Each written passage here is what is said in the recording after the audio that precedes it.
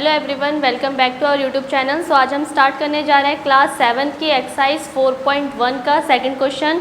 Previous video में हमने इस एक्सरसाइज का फर्स्ट क्वेश्चन किया था, अब हम सेकंड क्वेश्चन स्टार्ट करेंगे। तो सेकंड क्वेश्चन में आपसे बोला है check whether the value in the given in the bracket is a solution to the given इक्वलेट और नॉट। अब यहाँ पे आपको ब्रैकेट में वैल्यू दे रखी है n इज इक्वल्स टू 1।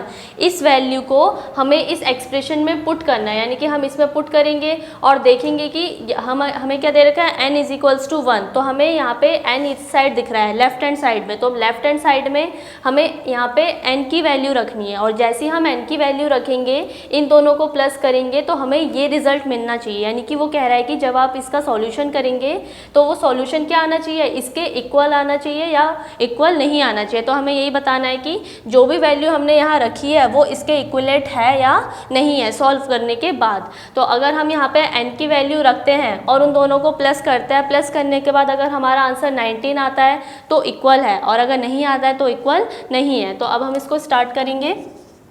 तो हमें रखना है n इज इक्वल्स टू 1, तो हम लिखेंगे putting n is equals to 1 in left hand side. कौन सी साइड में हमें रखना है, लेफ्ट हैंड साइड में। ये आपकी राइट हैंड साइड, ये आपकी लेफ्ट हैंड साइड। तो लेफ्ट हैंड साइड में हम n is equals to 1 put करेंगे। तो ये हमारी लेफ्ट हैंड साइड है, n plus 5 is equals to 19, ये हमें दे रखा है। इसमें हमें इस साइड में क्या पुट करना है, 1। तो यहाँ पे n की जगह हम 1 पुट करेंगे और उसमें प्लस कर देंगे 5। तो 1 प्लस 5 कितना होता है, 6। तो यहाँ पे आया हमारा 6 नॉट इज इक्वल्स टू 19, जो 19 के इक्वल नहीं है। यानी कि जब हमने इस साइड में n की वैल्यू रखी 1 और उसको सॉल्व किया तो हमें 6 मिला, लेकिन जो इनका आंसर है वो 19 आ रहा है। तो इस केस में हम बोलेंगे कि यहाँ पे जो n की वैल्यू है वो इस एक्सप्रेशन को सेटिस्फाई नहीं कर रही है। यहाँ पे जो भी हमें n की वैल्यू दी है वो 5 के साथ ऐड होने पर हमें 19 नहीं दे रही है। तो हम यहाँ पे लिख सकते हैं कि left hand side not is equals to right hand side. तो हमने जब लेफ्ट हैंड साइड को सॉल्व किया तो वो राइट हैंड साइड के इक्वल में नहीं आया है। सो लास्ट में लिखेंगे so n is equals to 1 is not a solution of given equation. तो हमने लिखा कि जो आपका n इज इक्वल्स टू 1 है वो दी हुई इक्वेशन का सॉल्यूशन नहीं है। सॉल्यूशन कब होता, जब दोनों साइड इक्वल आ जाती। लेकिन जब हमने सॉल्व किया तो हमारा 19 नहीं आया, हमारा आंसर क्या आ रहा था, 6 आ रहा था। सो ये था आपका फर्स्ट क्वेश्चन। नेक्स्ट हम करेंगे इसका सेकंड क्वेश्चन। सो नेक्स्ट हम करते हैं इसका बी पार्ट। बी पार्ट में आपको दे रखा है 7n plus 5 is equals to 19 और n इज इक्वल्स टू -2। तो हमें यहाँ पे बोला है कि 7n में हमें 5 प्लस करना है और हमें आंसर कितना मिलना चाहिए, 19 मिलना चाहिए। और इन्होंने कहा है कि जो n है, n की वैल्यू -2 है। सो यहाँ पे जो आपका n है यहाँ पर हम क्या पुट करेंगे, -2, और फिर इस पूरे को हम पूरी इक्वेशन को सॉल्व करेंगे। सॉल्व करने के बाद हमें क्या मिलना चाहिए, 19। अगर हमें 19 मिल गया तो LHS RHS के इक्वल हो जाएगा, नहीं मिलेगा तो इक्वल नहीं होंगे। तो हम लिखेंगे यहाँ पे putting n is equals to -2 in left hand side. हमने क्या लिखा कि n इज इक्वल्स टू -2 हम पुट करेंगे कौन सी साइड में, लेफ्ट हैंड साइड में। यानी कि हमें इस साइड में क्या पुट करना है, n की वैल्यू -2। तो हम इसको उतार लेते हैं। हमें दिया है 7n plus 5 is equals to 19। अब यहाँ पे जो आपका ये n है, इस n में हम क्या पुट करेंगे, -2। तो यहाँ पे ये दोनों जो टर्म है 7 और n, ये आपस में मल्टीप्लाई हो रही है। 7 इंटू n करेंगे तभी हमें 7n मिलेगा। तो हम जो भी n की वैल्यू रखेंगे उसको 7 से यहाँ पे मल्टीप्लाई करेंगे। तो 7 मल्टीप्लाई n की वैल्यू कितनी रखनी है हमें, -2। तो -2 को हम ब्रैकेट के अंदर रख देंगे, प्लस में 5 और इस साइड चल रहा है आपका 19, यानी कि इसको सॉल्व करके 19 आना चाहिए। अब इन दोनों का मल्टीप्लाई करते हैं, 7 1 जा 7, 7 2 जा 14। तो कितना आया, -4 और यहाँ पे प्लस का 5 और इज इक्वल्स टू में आ रहा है आपका 19। सो यहाँ पे अब हम इनको ऐड करते हैं, देन हम देखते हैं कि हमारा आंसर 19 आ रहा है या नहीं आ रहा है। तो यहाँ पे 14 माइनस में है और 5 प्लस में है, सो माइनस प्लस माइनस। तो यहाँ पे हम दोनों वैल्यू को सॉल्व करते हैं और देखते हैं हमें 19 मिलता है या नहीं। तो यहाँ पे हम सॉल्व करेंगे, 14 आपका माइनस में और 5 आपका प्लस में है, सो माइनस प्लस माइनस। तो 14 में से 5 जब माइनस करेंगे तो हमारे पास बचेगा 9। अब वो 9 किसका होगा, प्लस का या माइनस का। तो इसको करने के लिए हमें दोनों डिजिट देखनी पड़ेगी। दोनों में से बड़ी डिजिट है आपकी 14 के सामने माइनस है तो आंसर भी हमारा माइनस में आएगा और इधर आपका चल रहा है 19। तो जब हमने इस साइड को सॉल्व किया तो हमें -9 मिला, लेकिन जो हमारा आंसर आना चाहिए था वो 19 आना चाहिए था, लेकिन 19 नहीं आया, तो इसलिए दोनों साइड एक दूसरे के इक्वल नहीं है। तो हम बोलेंगे यहाँ पे LHS not is equals to RHS। तो यहाँ पे जो हमारी n की वैल्यू है -2 वो भी इस इक्वेशन को सेटिस्फाई नहीं कर रही है। सो यहाँ पे हम लिखेंगे so n is equals to -2 is not a solution of given equation. तो हमने यही लिखा कि जो हमें n की वैल्यू दी है n इज इक्वल्स टू -2 वो इस इक्वेशन का सॉल्यूशन नहीं है, क्योंकि इसने भी हमें सेम आंसर नहीं दिया है फर्स्ट क्वेश्चन की तरह, यहाँ पे भी हमारा डिफरेंट आंसर आया है। सो ये था आपका क्वेश्चन नंबर 2। नेक्स्ट हम करते हैं इसका 3rd। सो नेक्स्ट है आपका सी पार्ट में आपसे बोला है 7n + 5 इज इक्वल्स टू 19। यहाँ पे भी हमें 7n + 5 दिया है लेफ्ट हैंड साइड में, और राइट साइड में आपको 19 दिया है, और इन्होंने बोला है n इज इक्वल्स टू 2 रखना है। बी पार्ट में हमने n इज इक्वल्स टू -2 रखा था, अब हम n इज इक्वल्स टू 2 रखेंगे। तो यहाँ पे देखते हैं 2 रखने पे हमारा क्या आंसर आता है। तो हम लिखेंगे putting n is equals to 2 in left hand side. So यहाँ पे हम अब वैल्यू पुट करते हैं, तो ये हमारी लेफ्ट हैंड साइड है 7n + 5 इज इक्वल्स टू 90, और यहाँ पे हम n की जगह क्या पुट करेंगे 2 पुट कर देते हैं। तो 7 × 2 + 5 इज इक्वल्स टू 90। अब 7 2 जा 40, प्लस में 5 है और इज इक्वल्स टू में 90। अब इन दोनों को प्लस कर लेते हैं, तो 14 + 5 कितना होता है 19 होता है। सो इस साइड भी 19 आ गया, इस साइड भी 19 आ गया। तो इस केस में हम बोलेंगे LHS इज इक्वल्स टू है किसके RHS के। तो यहाँ पे हम लिखेंगे so n is equals to 2 is a solution of given equation.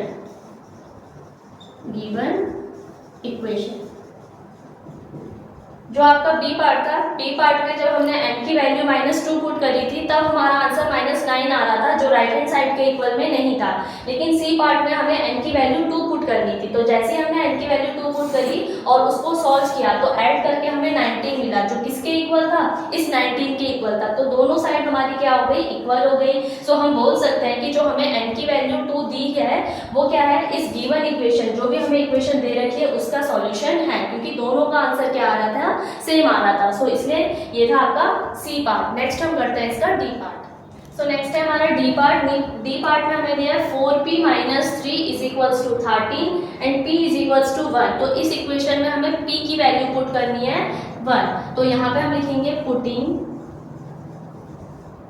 p is equals to 1 in left hand side. तो हमें लेफ्ट हैंड साइड में p की वैल्यू पुट करनी है। तो लेफ्ट हैंड साइड आपको दे रखी है 4p - 3 इक्वल टू 13। तो यहाँ पे जो ये p है इसकी जगह आप 1 पुट कर दीजिए। तो 4 और p आपस में मल्टीप्लाई हो रहा है, तो 1 भी 4 के साथ मल्टीप्लाई होगा, और माइनस में चल रहा है 3 और इज इक्वल्स टू में है 13। तो इसको हम सॉल्व करते हैं, 4 बन जा 4 हो जाएगा, माइनस में आपका 3 है इज इक्वल्स टू 30। अब यहाँ पे 4 में से 3 हम माइनस करेंगे, तो 4 में से 3 गया 1 और इस साइड है आपका 13। इधर हमारा सॉल्व करके 1 आया है और इधर हमें 13 दिया है, तो दोनों साइड एक दूसरे के इक्वल नहीं है। तो इस केस में भी हम बोलेंगे LHS not is equals to RHS। So p is equals to 1 is not a solution of given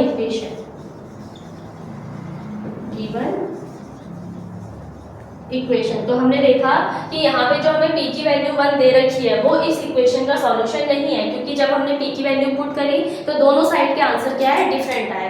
so ये था आपका डी पार्ट। नेक्स्ट हम करते हैं इसका ई पार्ट। नेक्स्ट हम करते हैं ई पार्ट। ई पार्ट में आपको दे देता है 4p - 3 इज इक्वल्स टू 13 और p इज इक्वल्स टू -4। तो हमें यहाँ पे p की वैल्यू -4 पुट करनी है इस इक्वेशन में।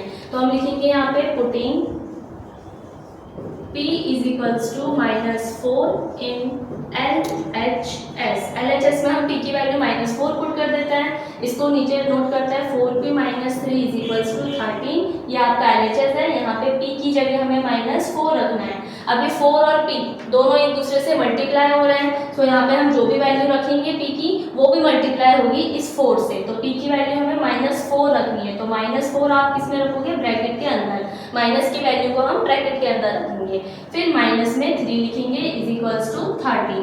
अब इन दोनों का मल्टीप्लिकेशन करना है, 4 4 जा 16 और ये माइनस है तो माइनस लगा दिया, फिर -3 इज इक्वल्स टू 30। अब माइनस माइनस क्या होता है, प्लस होता है, तो 16 में 3 और प्लस कर देंगे तो हो जाएगा आपका 19 और दोनों में से बड़े डिजिट है 16 तो उसके सामने माइनस, तो 19 भी किसका आ जाएगा, माइनस का। और इक्वल में हमें चाहिए था 30 लेकिन हमारा आया माइनस का 19, तो इस केस में भी हम बोलेंगे left hand side not is equals to है किसके, राइट हैंड साइड के, ये भी क्या हो गया, not is equals to. So p is equals to -4 is not a solution of given equation. तो जो p इज इक्वल्स टू -4 दिया है वो दी गई इक्वेशन का सॉल्यूशन नहीं है, तो हम सॉल्यूशन ऑफ गिवन इक्वेशन लिखेंगे यहाँ पे। तो जो हमें p की वैल्यू -4 दी थी वो इस इक्वेशन का सॉल्यूशन नहीं है, क्योंकि जब हमने इसको इक्वेशन में पुट किया तो यहाँ पे दोनों साइड के आंसर क्या आए हैं, डिफरेंट आए हैं। सो ये था आपका e पार्ट। सेम इसी तरीके से हम f पार्ट को सॉल्व करेंगे। f पार्ट में आपको दिया है 4p - 3 इज इक्वल्स टू 13 और p इज इक्वल्स टू 0। अब हमें p की वैल्यू इस इक्वेशन में 0 पुट करनी है लेफ्ट हैंड साइड पे। सो हम लिखेंगे putting p is equals to 0 in LHS। तो ये हमारी इक्वेशन है, हम इसको नोट करते हैं नीचे, और इज इक्वल्स टू में 13 है। p की जगह हमें क्या पुट करना है, 0। यहाँ पे 4 p के साथ मल्टीप्लाई हो रहा है, तो जो भी हम p की वैल्यू पुट करेंगे 0 वो भी क्या होगी, 4 के साथ मल्टीप्लाई होगी। तो यहाँ पे हम p की जगह क्या पुट कर रहे हैं, 0, और माइनस में आपका 3 है इज इक्वल्स टू में 13, तो 4 0 0 और माइनस में क्या है आपका 3 इक्वल में 13। अब यहाँ पे 0 प्लस का है और 3 माइनस का है, तो प्लस माइनस माइनस, तो 3 में से 0 गया, आपका फिर से 3 आ जाएगा, लेकिन दोनों में से बड़े डिजिट कौन सी है, 3, उसके सामने माइनस है तो माइनस का 3 इज इक्वल्स टू में आपका 30। तो ये दोनों भी एक दूसरे के इक्वल नहीं आए हैं, सो हम बोलेंगे यहाँ पे LHS not is equals to RHS। तो यहाँ पे हो जाएगा सो p is equals to 0 is not a solution of given equation। तो हमने यहाँ पे देखा कि जब हमने p की वैल्यू 0 पुट करी तो 0 पुट करने पर भी हमारा आंसर राइट हैंड साइड के इक्वल नहीं आया। सो इस केस में भी क्या है कि p की वैल्यू हमारी दी हुई इक्वेशन का सॉल्यूशन नहीं है। सो ये था आपका f पार्ट। सो ये था आपका क्वेश्चन नंबर 2। नेक्स्ट वीडियो में हम 3rd क्वेश्चन सॉल्व करेंगे, तब तक के लिए थैंक यू।